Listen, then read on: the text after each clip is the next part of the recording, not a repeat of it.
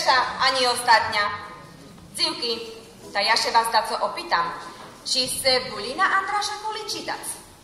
No a jak by me neboli, ale mne še kriví ušol. Jaj, dzivko, za krivo hoše odáš. Ale toto nie, ja.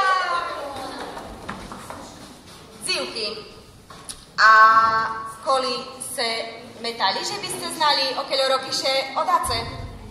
Ja šmarila to tako na peršu smisla, bilo to u tim roku še odat.